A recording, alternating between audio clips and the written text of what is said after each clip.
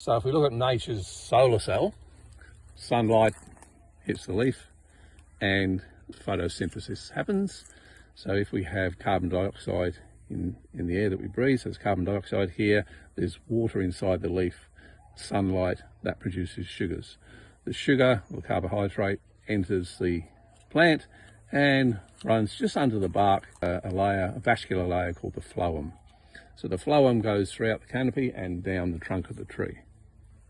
So we achieve ring barking by cutting through the bark, through the vascular tissue, which is the phloem, which sits under the bark, which transports the carbohydrates to the roots.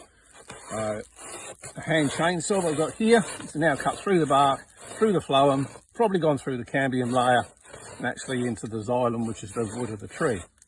So that's 180 degrees completed, so we move around to the other side to complete the whole cut.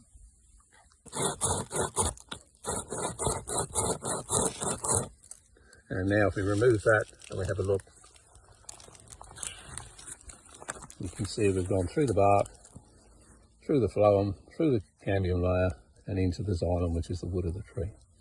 So the next thing to understand is that when you damage a tree like that, the tree's developed mechanisms via evolution to survive, so trees can often try and repair themselves. So if we look a little bit further up this Chinese elm, we can see where it's been damaged earlier, and we can see where it's just starting to grow over.